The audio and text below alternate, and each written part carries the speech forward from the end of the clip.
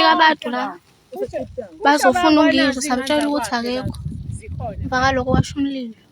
Ade kufanele usinqomo umkakhe uFlot. Na use-Cape Town. Use-Cape Town. Nazi indlu yasho. Ukusha nale. Hayi yinke wabole kodwa ingashi le yini. Le ngala ya usungaqala. Yeah. Bafowethu siyabingelela bafowethu sibingelela umoya ophansi. Sibingelela umoya ophansi ngendlela eyisimanga. Silapha emzini kaNgizwe eMadundube eMbumbulu bafowethu. Sithola ukuthi kufika abantu la bezofuna ungizwe bangamthola bathe mabephuma nje ngesango babonakala kuqala kusho izindlu izingane ezinganakile ngenhlanhla kaNkuluNkulu ke sithola ukuthi akekho umuntu olimele kodwa ke impahla ilimele kakhulu umuzi uphelile wonke akho lutho akuphumanga izinto eziningi kodwa ke into enkulu empilweni kuba yiwo umphefumulo. So ke lokhu kuyasethusa ke thina sizinsizwa ngoba sithola ukuthi emasontweni amabili edlule sithola insizwa esisebenza nayo ukuthiwa ufele emntwini yakwaGumede uqwabe le emzimkhulu sathola ukuthi naye kufika abantu emzini wakhe bafika futhi kunezingane njengesimo esifanayo lesikamaqengwane kunezingane bafike babulala amawindi nezicapha ekhaya kubo. Lokhu ke sikubona kuyimpi nje eqondene nokuthi ngoba kukhona umsebenzi esiwenzayo owaziwayo futhi singafisa ukuthi sikhiphe iseluleko sokuthi cha siyazi ukuthi khona abakithi abayingxenye yokuvikela abantu abathile uma senza lo msebenzi esiwenzayo. Singasikhipha nje iseluleko esithi hayi bafowethu uyekani. Ilokho esikushoyo ukuthi yekani ngoba njengoba nina sisebenza singabulali umuntu singashayi umuntu nje sishayana sodwa bonke laba bantu enibabona sibashaya ngemvubu phambi kwamaphoyisa nibobabuka masibashaya ngemvubu babaleka bengena eviyweni. So ke akekho umuntu ongathi uma umshaya eshawa umuntu ophuma kulabo abantu abangaka abawu 3000 aphinda baleka yongena phakathi kubona. So ke njengoba esuke baleke ngene eviyweni soyekhomba ukuthi umuntu esihamba naye. Ngakho ke laba bavikela abantu bokufika abayisikhulu abayiphoyisa abazinsizwa lezi ezibizwa ngeinkabi ayiyekani bafowethu ngoba niyabona nani ukuthi izwe lo msebenzi esiwenzayo liyawudinga abaholi bayawusupporta abantu abaningi bayaweseka iSouth Africa yonke iyaweseka. Ngakho ke iseluleko nje ukuthi iyekani bese kuthi abantu bokufika bonke ngomhla ka30 June kufanele bakwazi ukuthi behambe beye emakhaya kusukela namhlanje njengoba kumhla ka10 abantu bokufika basalelwe izinsuku eziwu40 ukuthi bephume bephele eSouth Africa sisale silungisa izwe lethu. Lezi ezakithi insizwa ama security la eSouth Africa avikela abantu bokufika yekani. Insizwa lezi sizibiza ngenkabe evikela abantu bokufika yekani. Amantombazana la athandana nabantu bokufika awahambe nabo abantu bokufika ngaphandle kwalokho yekani ngoba kulula kabi kithi uphendula lelizwe libe yenye into kodwa ngenxa ukuthi sinakekela umnotho sinakekela abantu sifikela ukuthi kungalimali abantu abangahlangene nalezi zinto nabantu abahambisa izinto ngomthetho. Ingakho simcela sithi yekani siyamkhalela kumacengwane sizophinda sikhulume naye usazophela lesinye inkulu ekhuluma ngalokho kodwa nje siyakhalela amacengwane ngobubi obenzeke emsebenzini kakhulu wakho sikufisela mfowethu ngathi ngasheshe kululameke kulesi simo siyazi imali azikho sizocela nje ukuthi kube khona indlela yokuthi insizwa zonke zise lesitini insizwe lesitini iyodwa siwuvuse ngokusheshsha lo msikamacengwane. Siyathokoza inhlelo mhlawumbe eqhawela kithi zakho ngoba abantu bahleli befisa mfowethu ukuthi bazi ukuthi uyangaphi kwenzeka kanjani. Yeah kusasa ekseni nje kusasa ekseni ngomhla ka11 ngomsombuluko ekseni ngo8 kuzobe ngesokhozini opening sizokuveza lapho ukuthi abantu bebeke indlela. Sanibonani bafethu bafethu hayi bo bafethu senizwile senibonile le ndaba le okuthiwa eMbumbulu bafethu abokufika sebeshise emuzi wangizo bafethu. Hayi bona abantu bebezosilinga ezweni lethu bafethu. Hayibo masekuyimpi phela manje le kuthiwa sekushisa umuzi wangizo lapha eMbumbulu washa wangqonqa wonke mfethu. Hayo kaze mfethu wenze njani umndeni wakhe mfethu ngizwe icunu mfethu. Hayibo naba abantu bezolwa nje bangafuni bayagoloza manje ukugoduka sebeshiswa ilokhunje umuzi wangizwe eMbumbulu. Hayibo bafethu this is a serious war mfethu ngempela ke manje mase kuba khona abantu abathi ongizwe bakhokheliwe wara kanjani bafethu nawo sebeshisa umuzi wakhe ungizwe bafethu. Yabo labantu bokufika bafethu probably labantu laba abaphezulu futhi yabo lonto le abathuma abantu ukuthi yabamba boshisa umuzi wangizo ukuze azoyiyeka lento ayenzayo. Hayi bafethu ngeke engathi manje ngampela iyakude lento le. Ayiyakude siqala ukushuba-ke manje. Yabo manje sizoshuba ngampela-ke. Kumele bahambe ngampela-ke manje labantu laba. Hayibo mna sekugolo.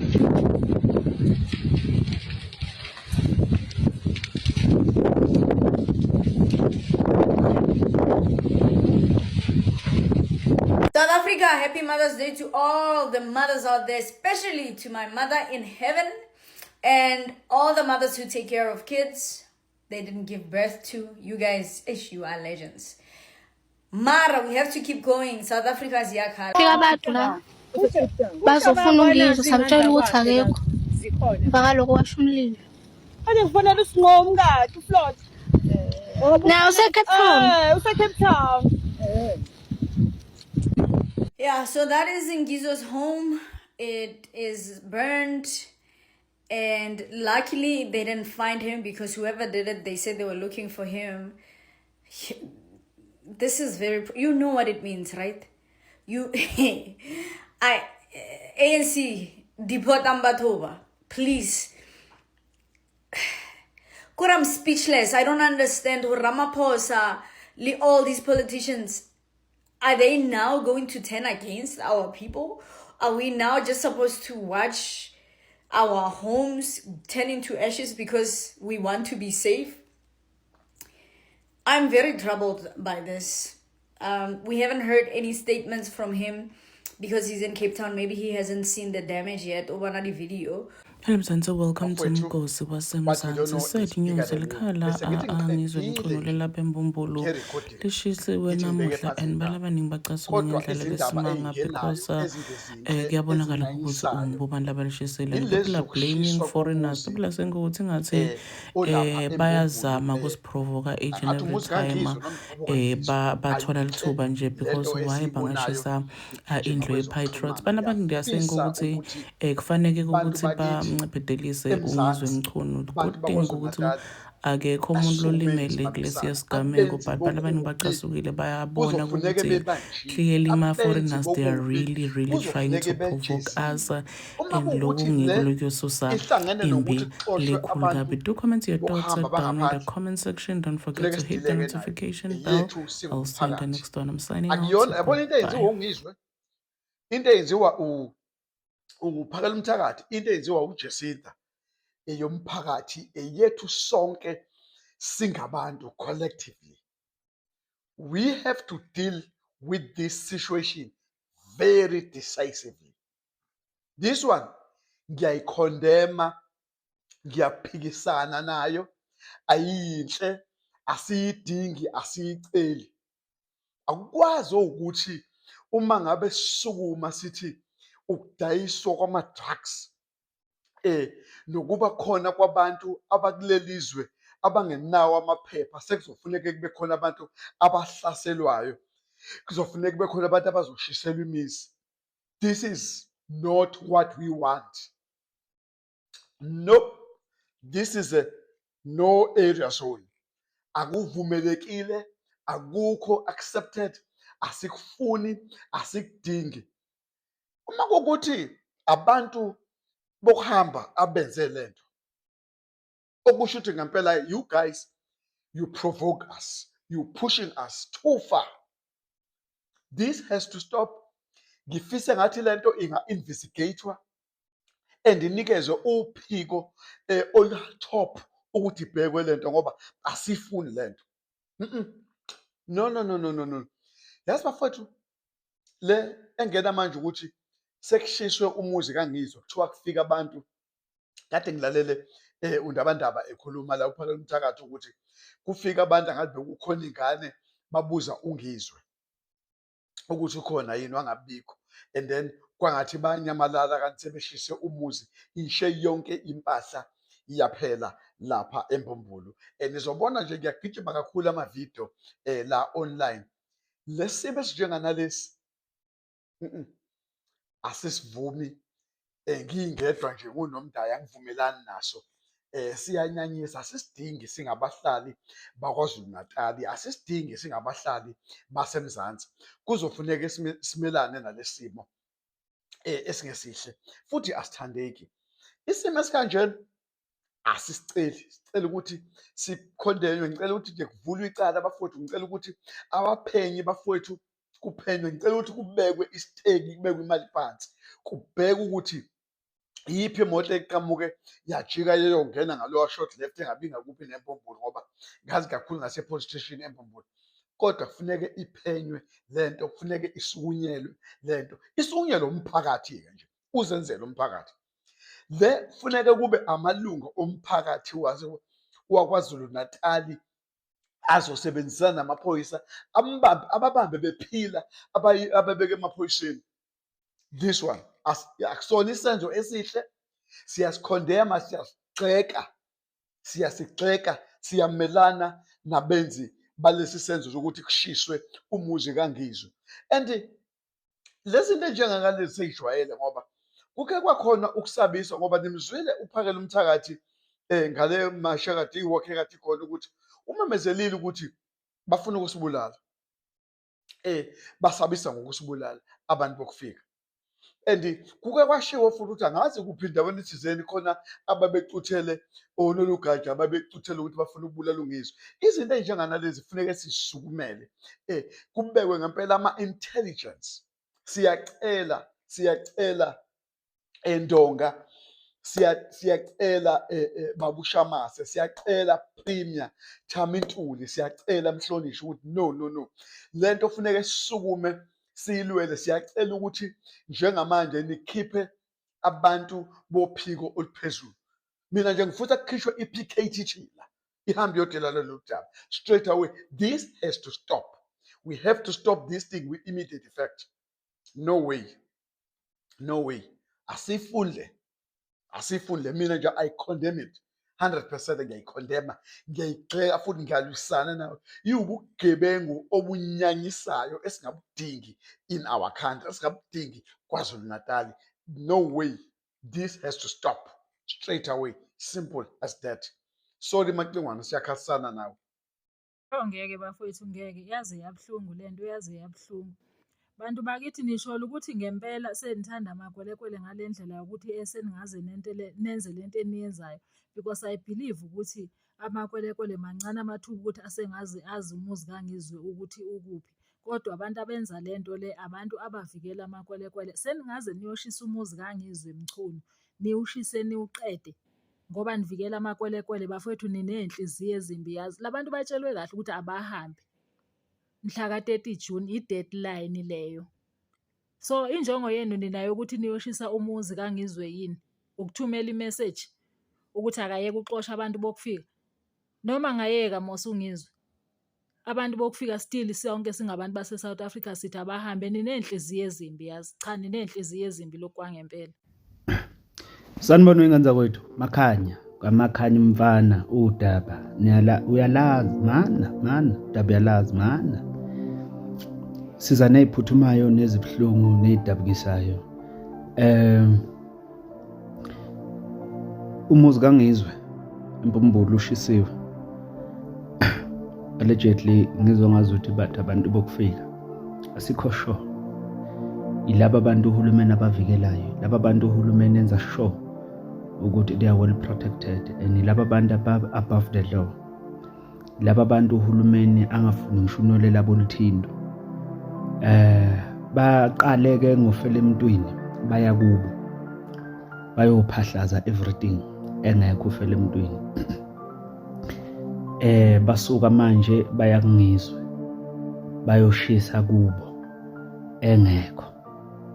Okay, kune-smear campaign that is all about going after those that are leading this march and march. Alright, kushuthi ke uma bengathola ithuba bangaya kuJacinta, uma bengathola ithuba bangaya kuXolani Khumalo, uma bengathola ithuba bangaya whoever okuphakela umthakathi. Alright, umbuzo uthi, which means bona lokho sikwenzayo thina njenge-country ukuthi sithi fuck off ku-wrong. So the only thing that they want to retaliate ngakho ukuthi bashise everything okungokwethu thina ama-South African. Alright, you can't come to someone's country and burn his home. Umuzi wakhe nobaba wakhe uzowushisa kithi. uclaim ukuthi wena uyi-asylum seeker or uclaim ukuthi wena uyi-refugee uyize MP. Hayi kahleni. But ke siyasho ukuthi mfoka ngizwe wena wasemachunweni sifuna ukuthi nje insizwa zizosibeka isitini phekwe isitini, simende uzoba phekwe simende, inhlabathi izoba phekwe inhlabathi, uzovuka umuzi kababa wakho. iSouth Africa izovusa. The same people abakuthumela ukuthi kulwelwe lezwe bazokuvusa, khululeka u10 rand emva ko10 rand uzoba khona mfoka ngizwe. Uzovuka lo muzi, uzovuka umuhle. Sifuna nalaba futhi aba much vocal in terms of fighting these aliens abasuka ngaphandle. Sifuna ukuthi nilwe kakhulu. Manje kuzohlukana inhloko nesixhandi. Uyangithola? Amavaka azophumela obala manje. Sisempini. And mawusempini awuhleli. Sisempini. And this time it's a real war. If you've never experienced impi, it's your time to experience war. Iyobhala emlandweni lempi esikuyo namhlanje. Also politics are part of this war because they are fighting this war behind Somalians, behind Ethiopians, behind Nigerians. They are fighting with us behind of those illegal foreigners. Politicians. They are sending those. I won't say which politicians or are behind these things, but our politicians, they know they have a lot to gain ngalama illegal foreigners magala, and they have a lot to lose umalama foreign ehamba. Balekela ukuthi mhla ka 30 June umnqamlajuqo ukuba ne foreign eSouth Africa, of which means illegal foreigners or foreigners, they don't have time. Bano 40 days and less bese South Africa, and bashilo kwathiwa uma kungukuthi laba bantu kushalo nge-30 June angeke kusaphinde kube nemashi. Into esizokwenziwa nje sobe sesixoxa nabo private. Sithi ke thina noma bangashisa ini, impi izoqhubeka. Amaphoyisa khona, amaphoyisa engekho, because njengamanje amaphoyisa afuna lathungathe laba bantu abashisa izinto nababhidli nababulala impahla abantu abalida imashini mashi.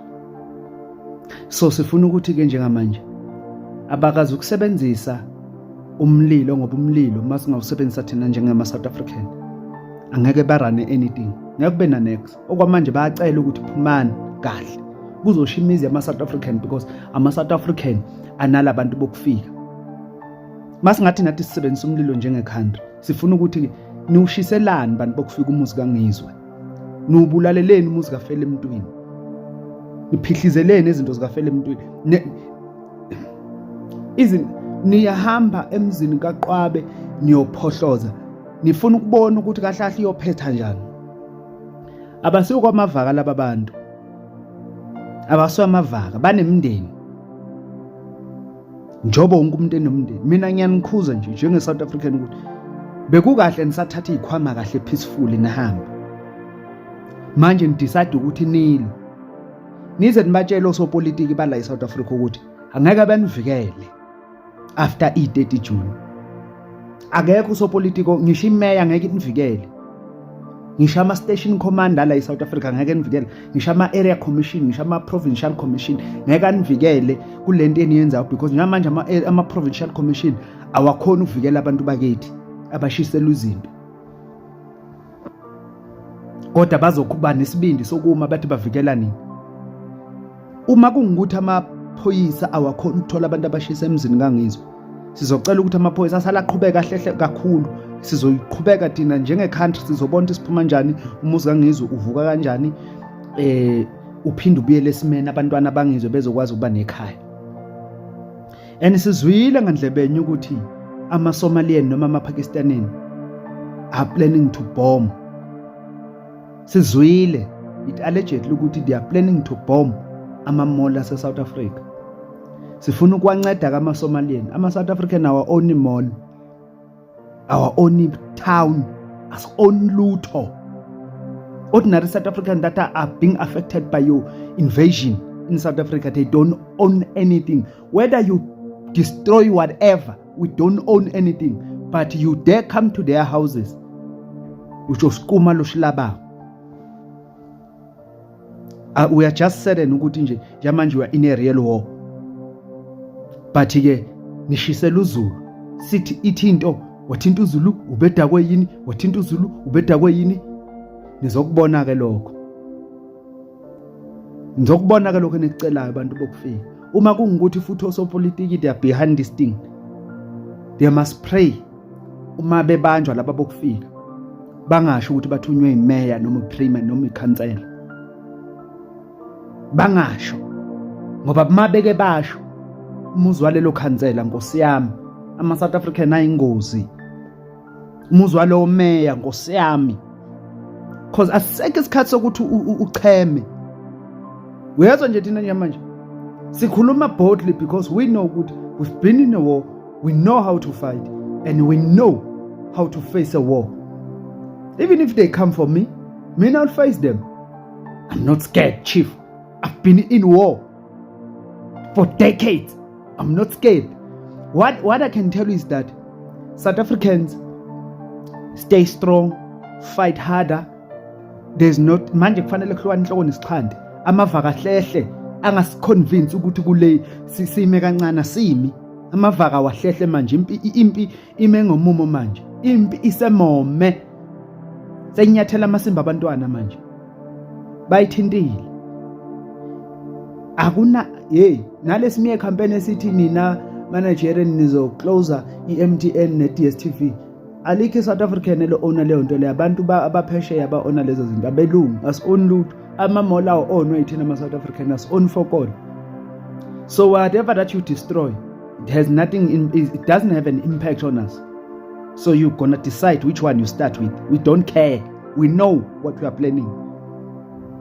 But we pray ukuthi nihambe peaceful so that nizokwazi ukubuya ngama passport right and senibuya nizohlala 10 days nihambe. Because dokuthi nihlale 3 years nisifunda ingqondo nina abantu bokufika nisifunda la. Nisifunda amakhanda nilala nosisi bethu bese nicabanga ukuthi nilala nathi. Nikhwela osisi bethu nicabanga ukuthi nikhwela thina. Because ukukhwela usisi wami akusho ukuthi ukhwela mina. Akusho ukuthi ukhwela ubaba. Nisijwayela kabi. Nina bosisi bethu anizozoloko nisiconvince anithi asime kancane. Mawubona ukuthi ngathi unozwelo kulabantu bokufika, buyele embedeni, buyele endlini. Sithele uhambe ukhala uyi1. Nje manje babeshisa imizi yabantu bakithi sithini manje? Nakhona futhi uzokhuluma. Laba abosisi bethu abavamisa ukukhuluma umsangano laba. Ngathi mawusathi